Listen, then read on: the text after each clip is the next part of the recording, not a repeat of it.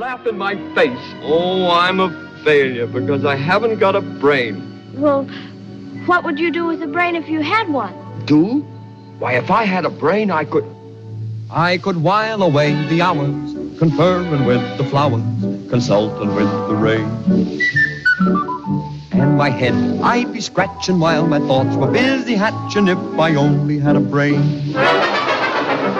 I'd unravel every riddle for any individual in trouble or in pain.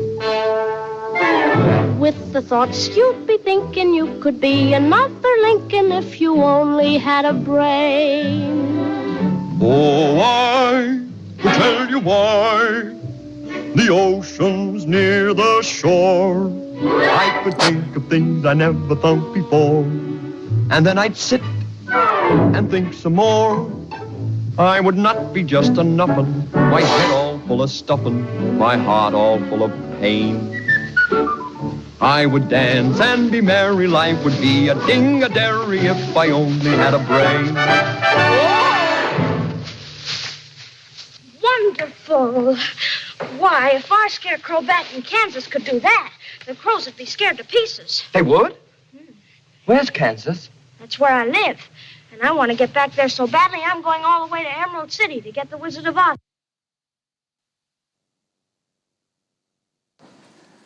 Hello, hello. How are you guys today? Laugh in my... Oops. So I'm gonna connect some odd things today here. So how many of you have not ever seen that movie? How many of you have never seen the Wizard of Oz movie? Okay, how many of you have? I just want to see. Okay, all right. So connection number one. This one I'm not positive about. I didn't have time to look this up real quick, but I think that movie came out sometime within a week ago in 1939. And I'm going to make some other connections. So coincidentally, last night I went to the ballet at Music Hall, Wizard of Oz Ballet. Oh my God, it was incredible. You guys can get like really cheap seats as students to things like that. You should think about going, all right? I don't know how long it's here. It was amazing, all right? So that's me at the Wizard of Oz last night. It was also patient HM's birthday on Tuesday. He would have turned 99 years old. Trust me, this is all gonna come back together. Bear with me. And it has maybe just the tiniest bit to do with sensation and perception, but you know, hey, we've got the time. I was wrong the other day when I said I was like, oh, I gotta hurry up, I'm behind. No, I'm not. I was thinking that we only had next week of classes, and then it was spring break at the end of next week. That was wishful thinking. Okay, we've got 2 full weeks to go. And our second exam is the Friday before we split. So hint, hint, you're gonna have, you know, technically for me, your spring break starts like right after class on Wednesday of that week, okay? So, you know, we don't have Friday class because of the exam, so we get a little extra time. Anyway, so I want to tell you some quick stories about patient HM, this guy, and tie it all back in with the Wizard of Oz by the end, all right? So this guy is, first of all, do you know who I'm talking about? You'll learn more if you don't remember much or don't know much about patient HM. He was the guy that back in the 50s when he was just a bit older than you, in his mid to late 20s, he was suffering severe epilepsy, and his you know, they agreed to do a ridiculous, they should have known better, brain surgery to see if they could, you know, relieve his epilepsy, and they removed about 2/3 of the hippocampus from each side of his temporal lobes, and he had profound amnesia as a response to that. Okay, I'll get more details about that. Well, he was studied intensely until he died about 12, 15 years ago, and he had agreed to donate his brain to science. And this man, Jacopo Annese, sort of won the sort of competition, if you want to call it that, his lab won the competition to get the brain to do the dissection. And I'll say more about that in a second. First, let me play this video from around the time that was taking place, all right? So this will introduce patient HM, my buddy Jacopo, and I'll explain why he's my buddy in a second.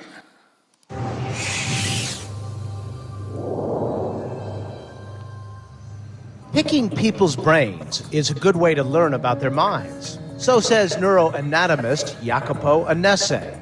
We're studying brain structure and trying to understand how the architecture of the brain supports our behavior, our thoughts, our memories, our way of thinking. Annese heads the Brain Observatory at the University of California, San Diego. It's where he and his team look for connections, mapping brain structure and connecting it to human behavior. He acquires donated brains and examines their physical characteristics. The brain is sliced into thin sections and serially, going from one tip, the frontal tip of the brain, to the back. A normal-sized brain produces about 3,000 slivers. Each one is placed on glass, stained, and is digitized. Eventually, each slice is digitally reassembled, creating a virtual 3D image of the brain. If somebody has had a pattern of behavior during their life, is that pattern of behavior reflected in the structure of the brain? Can we see it? Annese seeks out people who knew the donor to find what they were like when they were alive. It is fascinating to try to connect their life with the actual brain. But locating those who knew donors can be a challenge. So Annese is looking for donors to commit to the program while they're alive. 92-year-old Betty Ferguson signed up, and she has no regrets about willing her brain to the observatory when she dies. Okay. I kind of want to peek ahead to my next slide to see if I think I have the next video that I really would have preferred to show first. But anyway, that one talks about patient HM. This one does not so much, if at all. Anyway, so this is Jacopo, and he, at the time this was done, was affiliated with the University of San Diego, California, University of California, San Diego, with a lab he founded called the Brain Observatory. For a variety of reasons that are really stupid on UCSD's part, they didn't support that center, so he's no longer affiliated with them. But he still has a version of the Brain Observatory going, and there's a website, and I encourage you to go check it out. At the time, he had a project going that this is referring to he called it the Human Brain Library. And as they're beginning to describe here, he was collecting brains from donors, and ideally he would get to know the donor before they passed. And they're about to explain, this woman who wound up being one of his donors. It's years ago. She was in her 90s at the time. She's passed, and he did harvest her brain. That's a bad word, harvest, but anyway. So his goal was he had a very, very ambitious goal at the time. He was going to collect he wanted to collect 1,000 brains and do that procedure that they just described and have it as a resource for anybody to use. And again, hopefully if sometimes he got donors, and I'll tell you some stories in a moment, he'd get donors, after the fact, people who passed, and he'd find out that they were willing to donate, or their family was willing to donate. But anyway, he didn't know them or he wasn't able to collect any information about them until they passed. But anyway, his goal was to not just have their brain in that digitized format, and it was super digitized. I mean, a researcher could zoom in at the neural level, anywhere in the brain using the procedure that he devised. And in addition to that resource, then any information that he would have been able to archive about that person could, help whoever wanted to do some research on that. So he wanted to know things about people. So like he was fond of telling a story about an artist, a painter that was going to be one of his donors. And so, he would collect all kinds of information, as you're going to see. They do cognitive tests and collect, if he could, he collect as much information while they were still living. So I'll let this play and then I'll tell you some more stories here. So pay close attention to this one because I have a fun story to share with you about her. And you'll begin to see one of the connections. Oh, shit. Try that again. Try to find where it was. Sorry about that, folks. Connecting it to humans, their physical characteristics. It's into really. Sorry. Normal livers. Each one is prized. Eventually, each slice of the brain. If somebody has had a pattern of behavior during their life, is that pattern of behavior reflected in the structure of the brain? Can we see it? An essay seeks out people who knew the donor to find what they were like when they were alive. It is fascinating to try to connect their life with the actual brain. But locating those who knew donors can be a challenge. So an essay is looking for donors to commit to the program while they're alive. 92-year-old Betty Ferguson signed up, and she has no regrets about willing her brain to the observatory when she dies. Look, I'm not going to need that brain anymore. Once I graduate, goodbye. Point to the number 8. And if he can take the brain and learn something from it, I think that's important. In addition to assessing her cognitive abilities, an essay will ask Ferguson about her unique life experience, like her role in the movie The Wizard of Oz. I was the flying monkey that came down and picked up Toto and flew off to the witch's castle. An essay thinks understanding the link between the brain and behavior will lead to insights to treating brain injuries or diseases. And that's something to think about. For Science Nation, I'm Miles O'Brien. All right. So again, I'm a little out of sequence here because I didn't talk about patient HM yet, but it's through his work with patient HM that I met Jacopo, and I'll tell you that story if I got time later. But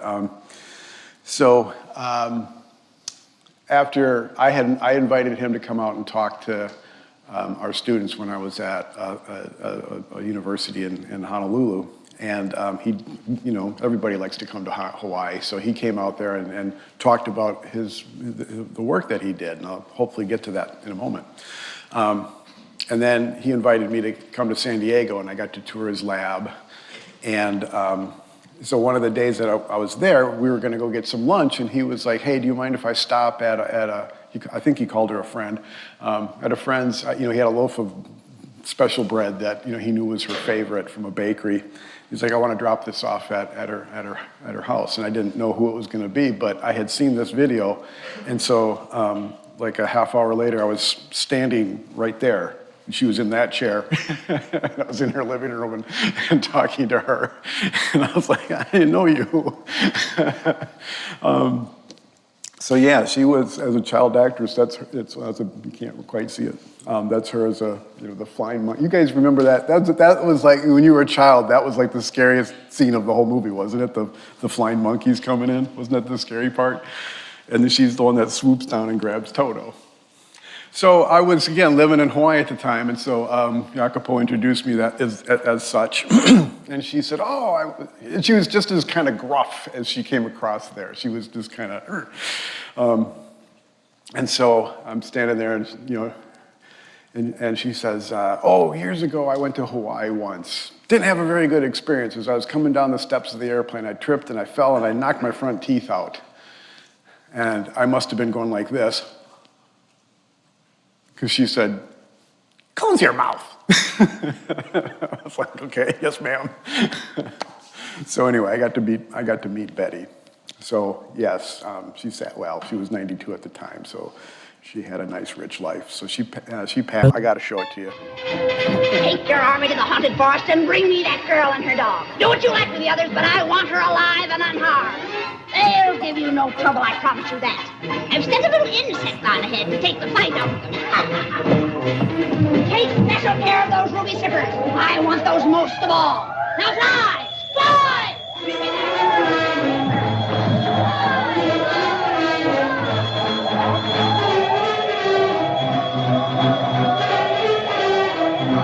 Gary,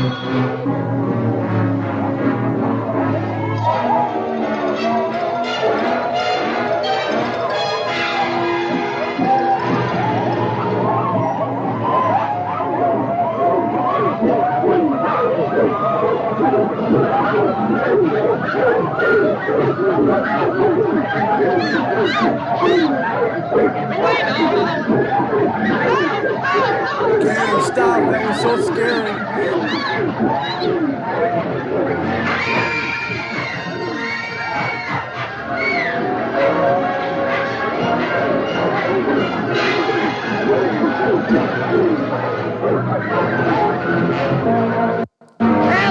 Okay, enough of that. All right. So at the time I made this PowerPoint, I also happened to go sit outside Music Hall, coincidentally, in Washington Park and watch a screening of The Wizard of Oz. So because of all those connections, I guess I feel like I'm sort of a fan.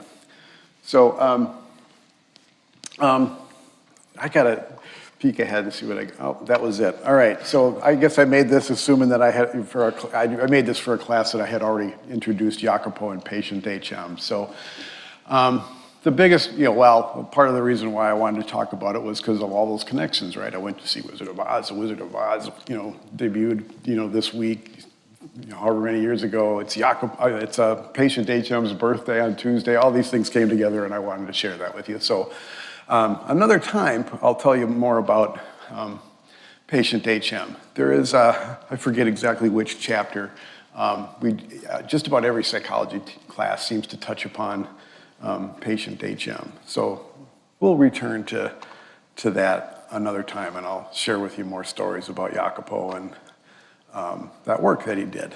All right. So anyway, thank you for indulging me with that little diversion. All right. I had like one more thing, couple more things on this chapter. I was just about finished at the end of last class here, so we'll wrap up this chapter in just a few moments here. So I'm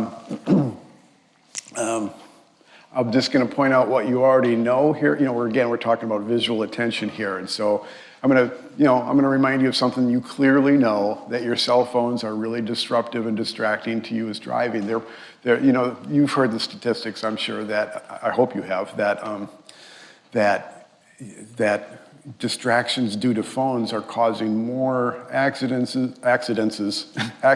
and mortality in vehicles than drunk driving or under the influence of substances.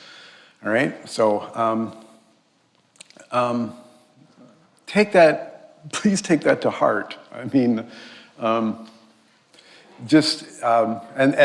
it's not just distractions, in vehicles, but it distracts your performance in classes, obviously. So devices, not just phones, but devices are distracting.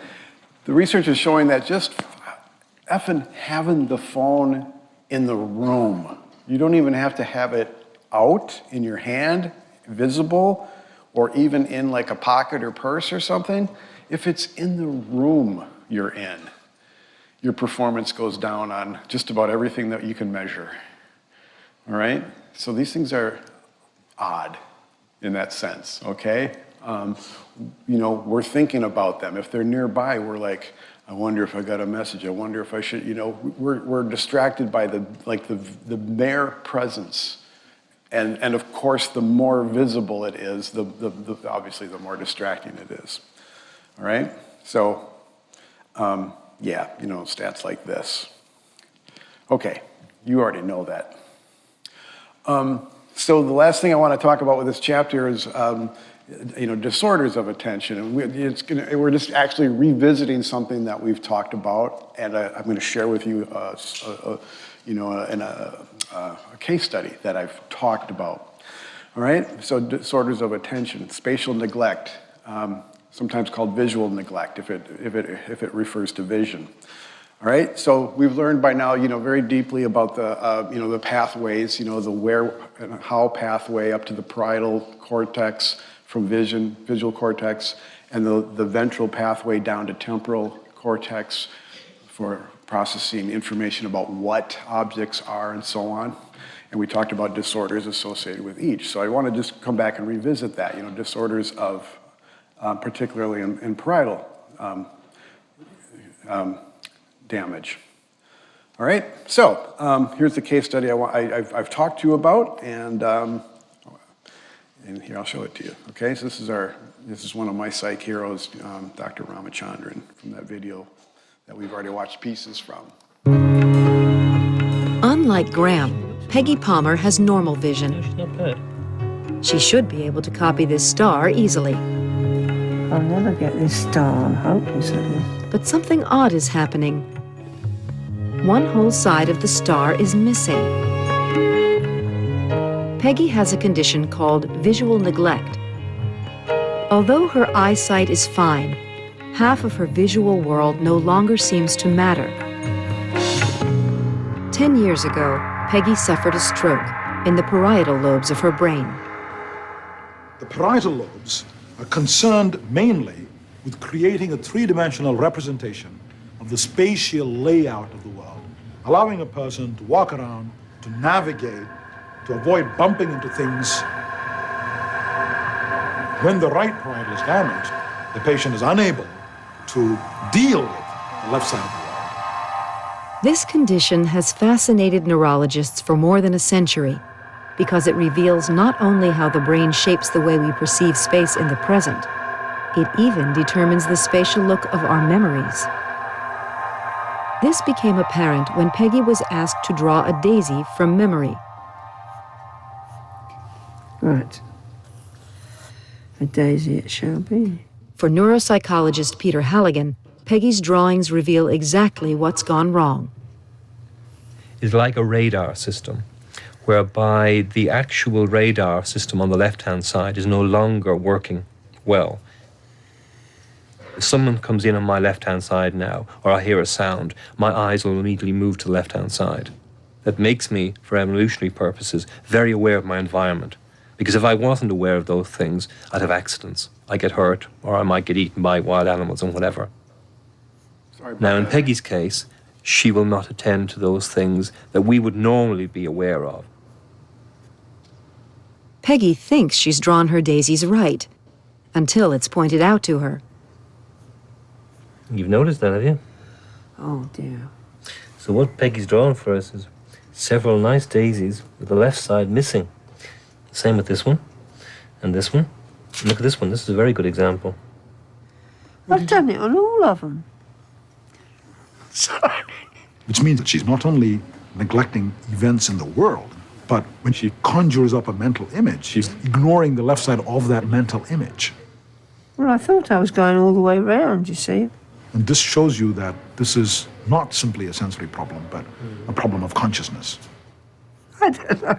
It's because I was so concentrating on that side. It takes everything away, you see. It's this attention, really. It's taken away. There must be two attentions somewhere in your body. That one side's taking the other one away. I can't make it out at all. Very odd.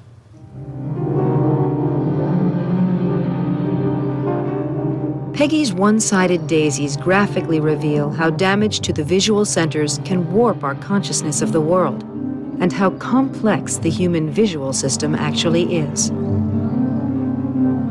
When I was a medical student, I was taught there's an area in the back of the brain called visual cortex, and that's where seeing takes place. But since then... Okay, we've already watched this part of the clip, so I think I'll stop there. He's just going to explain the two pathways that we've talked a lot about. And I'm sorry for the equipment in the room deciding to separate the audio and the visual by so much. That was like the biggest separation I think I've ever seen happen. So anyway, I'm pretty sure that's it. That's all I wanted to talk about for this chapter. We're done with chapter 6. All right. So moving on to, gotta enable my content. All right, does anyone have any questions about anything about that? All right. How many of you are taking taking it for granted that your parietal cortex is working today? You should all raise your hand, yeah, because you're fully aware none of you are sliding out of your chair uncontrollably. You know, your parietal cortex is unconsciously doing all kinds of, you know, muscle movement, you know, initiating all kinds of muscle movements, because it's keeping track of, you know, your body, your weight, you know, where things are. You know, it's keeping you upright in your chair. All right. If you slump off into sleep, that might end, okay, or get diminished a little bit. You also are sitting there, doubtlessly fully aware of where your body ends and the chair begins, and the other people around you, that they're different and separate from you. Okay, that's what I ask about if you're taking your parietal cortex for granted. You just saw an example of just a small area of damage in that woman's brain just results in her just having what we sometimes call visual neglect, spatial neglect. She can see just fine when it's pointed out to her that she didn't draw those sides. You know, she was just as astonished as we are watching her neglect those. I told you other stories about cases like that. They also will, like you take leftness and rightness for granted. You might struggle with left and right, like remembering which one is which, okay? And if you do, that's a very common thing. Don't feel embarrassed, okay? One of my sisters says she has to do that. Sometimes she has to do the, you know, L is left. And, you know, she has to remind herself that, yeah, L is left, okay? So anyway, and I had a relationship with somebody that would, you know, sit next to me in the car and like try to give me directions. And so she'd be pointing one way and say, like, you know, might be pointing out the left window. You know, I could see her pointing left, and she's saying, turn right. And I'm like, which one is correct, your finger or your you know? And the finger was always, I learned that like the hands knew which way to point. You know, anyway, she couldn't get the left and right straight verbally. Okay, so anyway, people will neglect things like they won't eat on the left side. And it doesn't always have to be the left, but I'm just sticking with that example that we saw here. Her damage was on the right parietal cortex, which is, you know, processing things in the left, right? If the damage was over in the left hemisphere, it would be the opposite, and they'd have right visual and spatial neglect, okay? So they'll, you know, they might not shave or put makeup on that side of the face, eat food on that side of the plate, notice people that are off to their, you know, bad side, all kinds of things like that. And again, like if it's really specific and everything else about their brain and vision is working fairly normally, that's, you know, it just reveals something that we just absolutely take for granted, you know? It seems like such a basic concept, but you need that parietal cortex plugging along to just, so you know, like not to take that chair with you because it doesn't literally belong to your body, okay?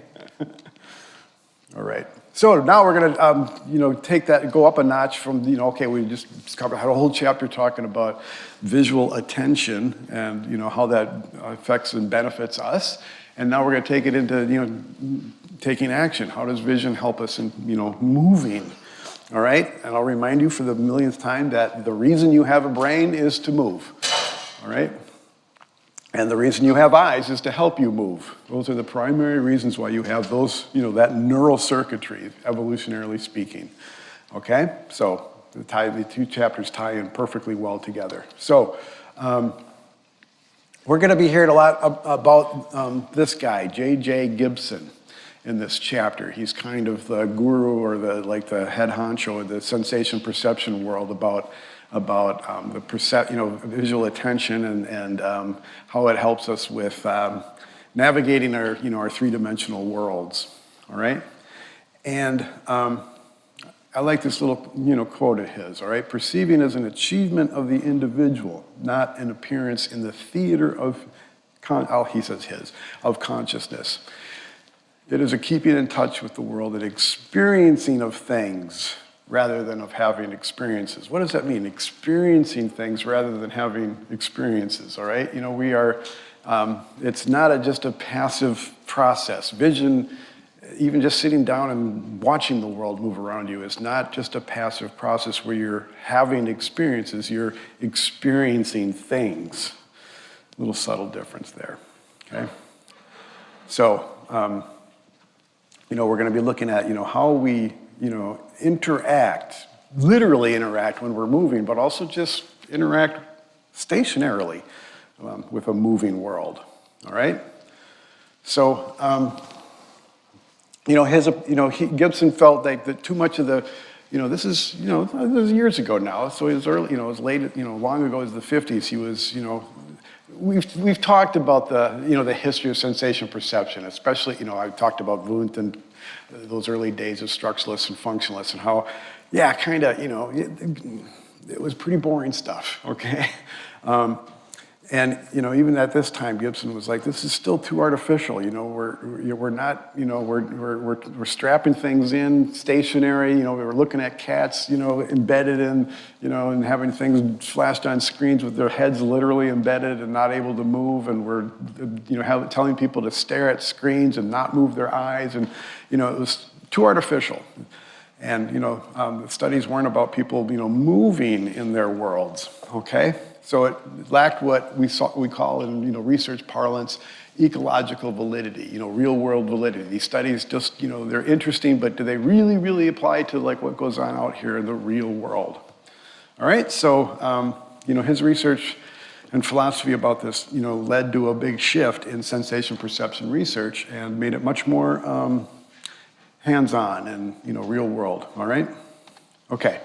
So it's, we are still going to start with some basics in this, okay? So this ecological approach to perception, includes some terms that we'll typically use, okay? Because right as we both move, or we sit and the world moves, or we sit in something that's moving like vehicles, okay? There is what when we're watching this movement, there's a flow across our retinas. Information is flowing on our, and it can even just be when we're completely stationary, and in a room without anything moving, okay, and you just do something simple like this.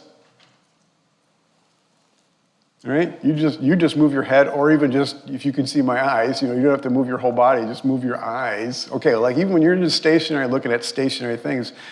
Just moving your head and or your eyes causes a flow of information across your retina, okay? So that's the origin of this perception of movement. Either the world is flowing across our retina, or we're causing the world to flow across our retina, or both. Sometimes we watch a moving thing, like a person running. Okay, it's all kinds of examples. We're going to have to kind of try to understand, like, how do we perceive all of these different kinds of movement? Passive, following along, active, and so on. All right, so we call that optic flow as things slide around on the retina, all right? There's going to be a gradient to that, all right? And there's going to be parts of the, like just picture this, this is like a flight simulator, like you're in a plane, you're a pilot landing a plane on this weird runway, and the pilot hopefully is kind of focusing on a spot on the runway where they're going to put the thing down, hopefully gently and not with enough force to cause it to flip over like it did like a couple weeks ago. They're not looking at the mountains, they're not looking at the clouds, they're not looking at next to them at the, they're whoever's in the cockpit with them, right? They're hopefully focusing on that point. So as they look at that point's going to appear relatively stationary as long as they stay fixated on it, and other stuff is going to be flowing away from it, okay? So it gets really complicated, all right? And some of that stuff is going to appear to move faster or slower relative to other things. And you've all experienced this. You just picture sitting in a car, driving through like a cornfield or past a cornfield. You're looking out the side window, and all the stuff that's close to you just is ripping by, 55, 75, 85, however fast you're going miles per hour, all right? But like the far end of the field in the vast distance, that's barely moving. That's barely flowing on your retina. Okay, so there's complicated things going on here. So we got, this is, understanding all this is, you can hopefully see there's a little complexity involved with something that seems very simple. All right, another, good example you can I won't ask you to get up and do this, but you know, imagine doing a. So how many of you can do like they call this a somersault? I always call it a somersault like a real passive thing, like sit down and just like rolling over like that. But anyway, a somersault, this, you know, like a flip, you know, in this case, a back flip. How many of you can do a back flip? Wow. I'm very tempted to ask you to demonstrate, but I won't. So if you know how to do a backflip, some of this is going to feel very familiar to you. And if if you've never even tried, how many of you are like me and never have ever had the occasion to even try one, and really hopefully never will? Okay. So a lot, for most of us, this is going to be an imaginary kind of thing. All right. So. There's obviously a sequence of movements that have to occur just precisely and correctly, and, a level of physical fitness and flexibility and so on, in order for this to happen, all right? But will the performance be the same with or without vision, all right? And what would you expect if you're not an expert at doing one of these, especially if you've never done one of these? What would your intuition tell you about somebody who's really experienced with this? Right? We have sayings like, I could do that with my eyes closed, meaning like it's so, routinized that I can do it without having to literally look and watch. All right? Well, am I right? This is not true with the back. You would not want to do a backflip with your eyes closed, would you? Okay? Someone else had their hand up over here too. I think I always saw it too. So it turns out that yes, an expert gymnast is going to do this, worse or far, where they probably wouldn't even want to try it with their eyes closed, even if they've done it a zillion times. Have you ever tried it with your eyes closed? Yeah? Is it a disaster? Yeah. All right. So I love this image for a million reasons, because it's just such a wonderful photograph of her, in midair doing something. But if you can see her eyes, can you see her eyes? I mean, those are not closed. I mean, those are fixated on something, okay? I mean, lots of I've seen lots of still images of her. I might have some of them here. So, wide open eyes. I mean, yeah, look, I mean, they're not just staring off into space. They're focused on on something, I'm not sure exactly what you would focus on. Maybe the spot where you're going to land or something. I don't know. I don't know what you look at, but they're, okay. So, wonderful examples of that. So we have. Oh no, that clock is it's not 10:14. It's not even 14. Okay, never mind. Okay, so we can do this now. I was going to say we're going to do one last thing before you get up and leave, but we're not going to get up and leave. But you're going to get up. Okay, so if you can and if you're willing, stand up. Stand up where you are,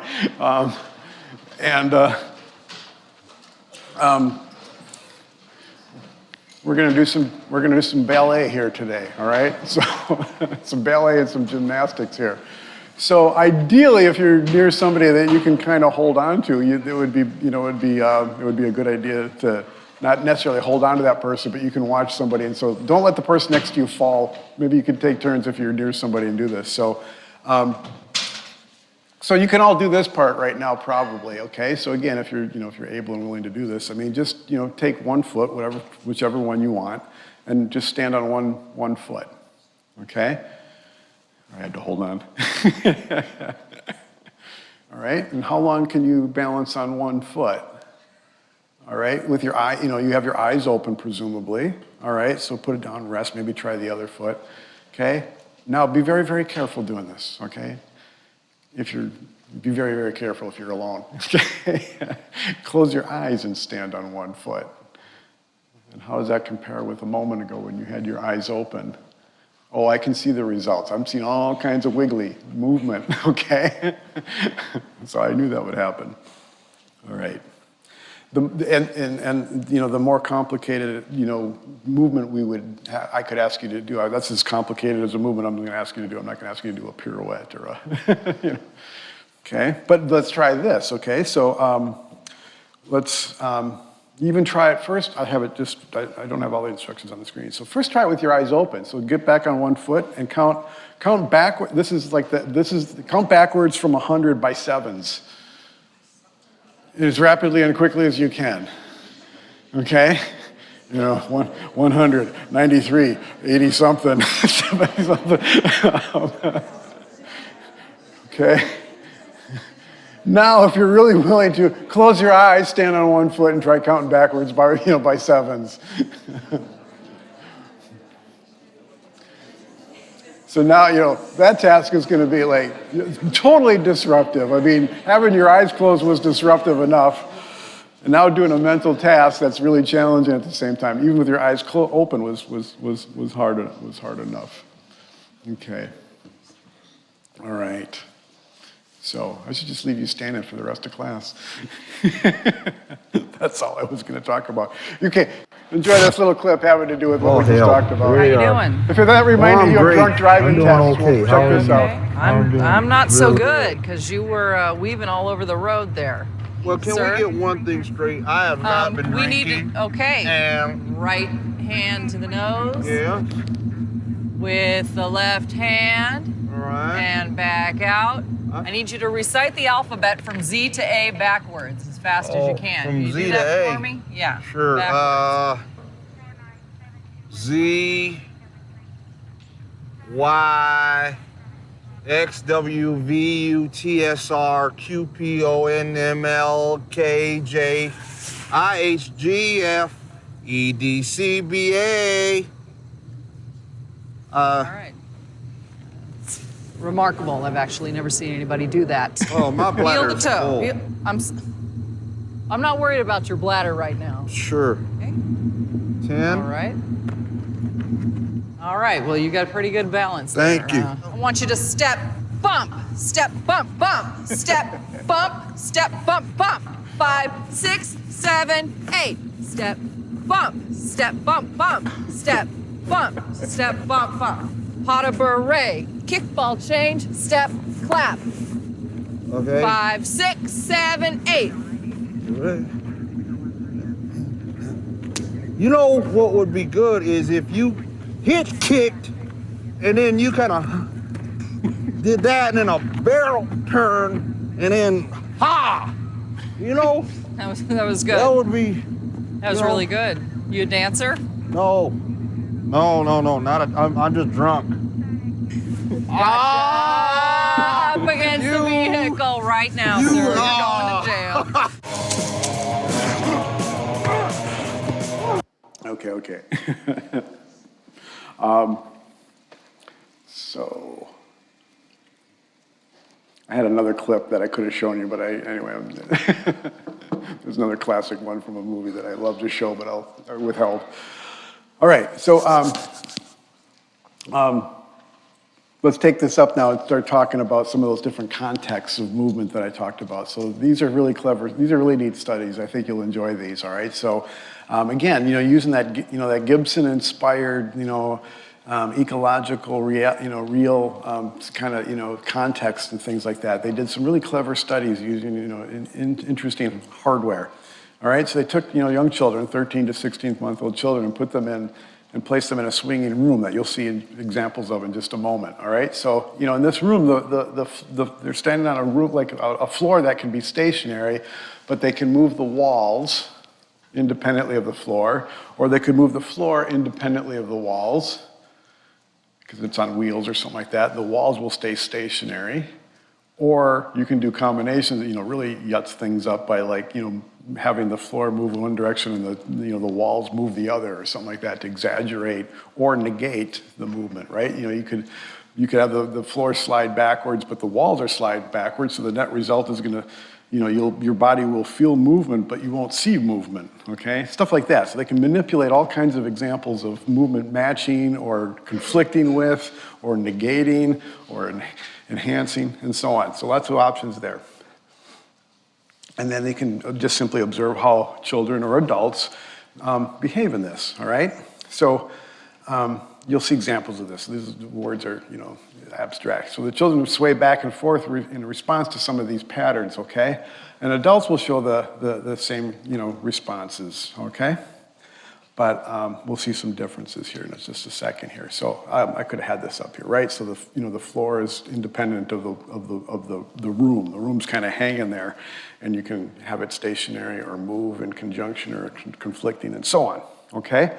So in this first example, the floor is steady and stationary, okay? So the child's just standing there. You're having them stare at this wall, and then they move the whole wall. They move the room. They move the room towards the kid, okay? And so that creates an optic flow. Your parietal lobe is perceiving no movement because you're not moving. You don't feel the floor move because it's not. But the room suddenly shifts towards you. So visually, you see that optic flow, right? And a child or an adult will sway backwards to sort of compensate for that. They'll assume they're moving, and you got to that's what you would do if the floor did suddenly move towards the wall, because that's what it looks like is happening. You'd sort of brace yourself to for the anticipation of that movement. Okay. Do it the other direction. Move the wall away. And that gives you the impression that you're going backwards, and so to compensate for that, you do it enough, and a child or a person will adjust so much that they'll just flop forward and fall down. Okay, so I mean, if you can imagine being in that system, it's so visceral that vision wins. You have so much brain devoted to vision that. Even though the rest of your body, your parietal cortex is just screaming, we're not moving, nothing's moving. Your vision is telling you are, and you just flop, okay? Great example of, the visual dominance, okay? So anyway, it's fun to talk about. Here's, this is old study, so. The visual change that corresponds to movement. So we'll end with this, I think. So they're going to start with some of the basics, like talking about the examples I gave, driving through a country scene or something like that. And then they'll get to the swing and room studies. Is a flow field. As the driver moves forward down this road, he is looking straight ahead and is experiencing a flow field. Watch how the images move on the screen. It is apparent that a visual flow radiates outwards from the point to which the driver is heading.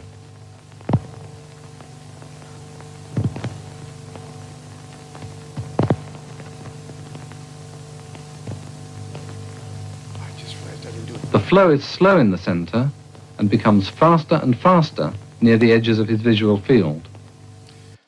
I got to come back to this. I just realized I had no QR codes for attendance embedded in this so far. Forgot to do that. Let me open up one that does. Just get one up here. So sorry, folks.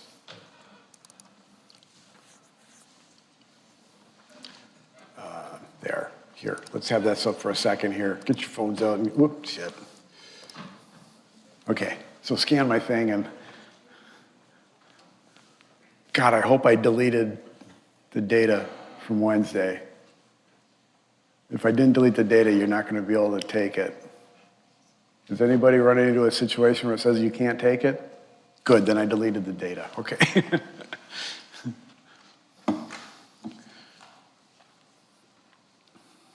Wish I could have that up there at the same time, but I can't.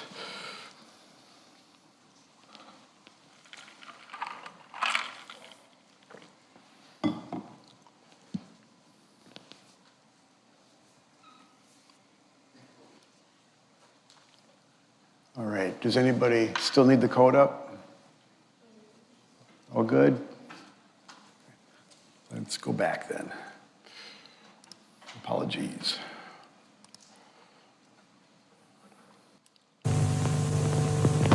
The visual change that corresponds to movement is a flow field.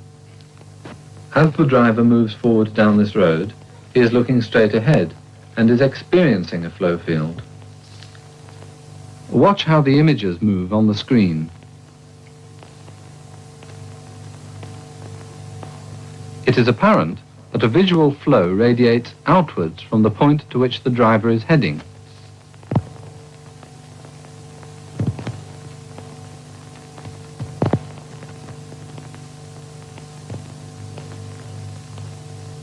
The flow is slow in the center and becomes faster and faster near the edges of his visual field.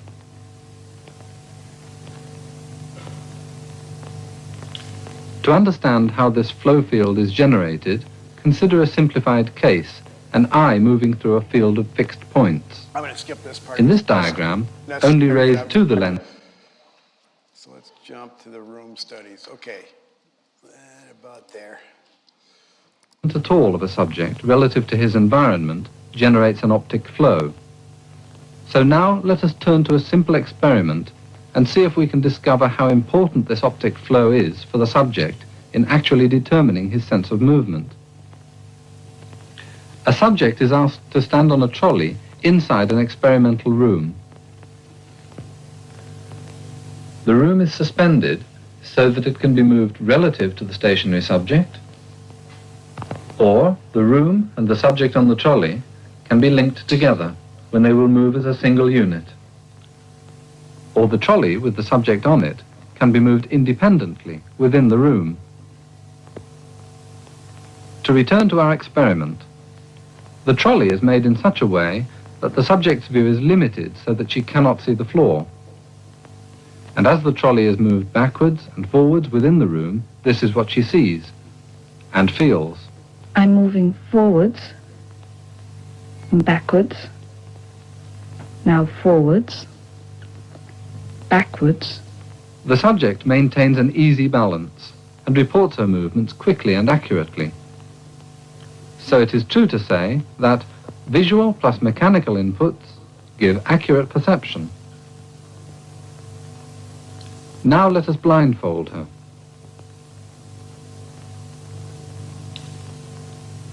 This time, when we move the trolley backwards and forwards, the subject will still report her movement correctly, but slightly less confidently, and it is apparent that she sways more. Forwards, I think. Yes. Now backwards. And forwards. Clearly, the subject does not rely on vision alone, for when blindfolded, she still reports her movement correctly, even though she can only be receiving mechanical information. So now we have demonstrated that, without visual input, uncertainty. The mechanical information is derived from several sources. Her vestibular system in the inner ear, from joint receptors throughout the body,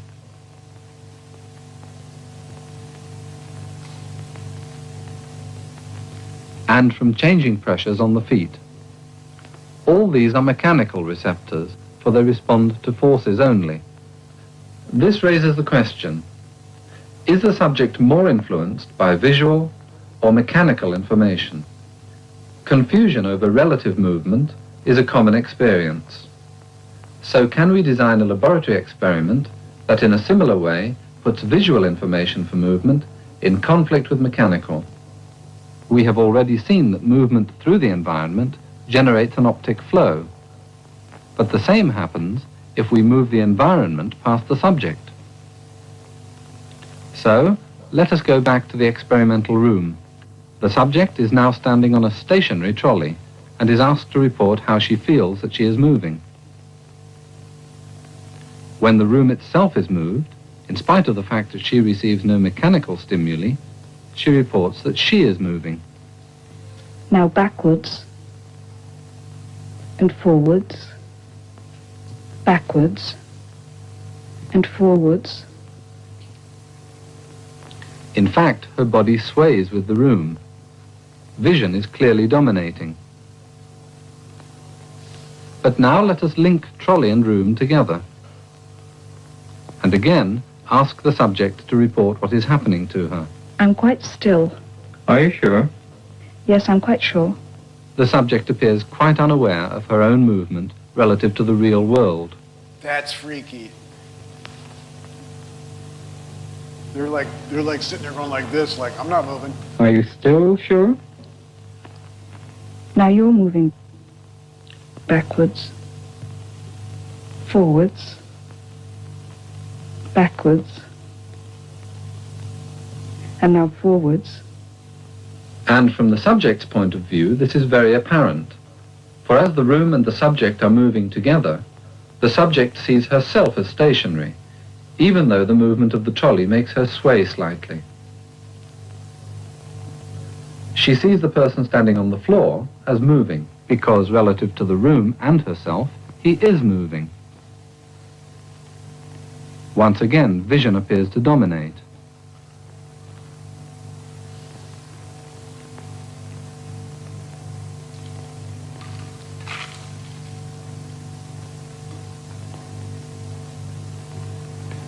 If we now use a linkage that will move the room at twice the speed of the trolley and in the same direction, when the subject is moved forwards, the room will move faster, and therefore the optic flow will fan inwards.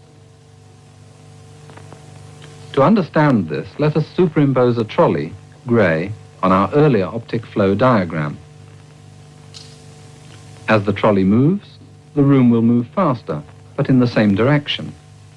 So, for forward movement, rays that normally fan out will be seen to fan in.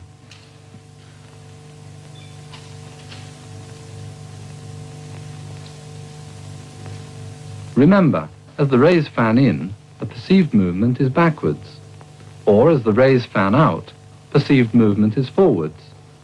Now the subject reports incorrectly that she is moving forwards. Forwards, I think, yes. Backwards. Forwards. Okay.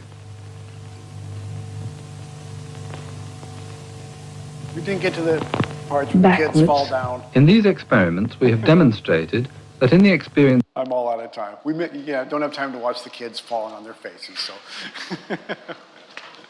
Hey, have a great weekend. Come back on Monday. I'll see you then.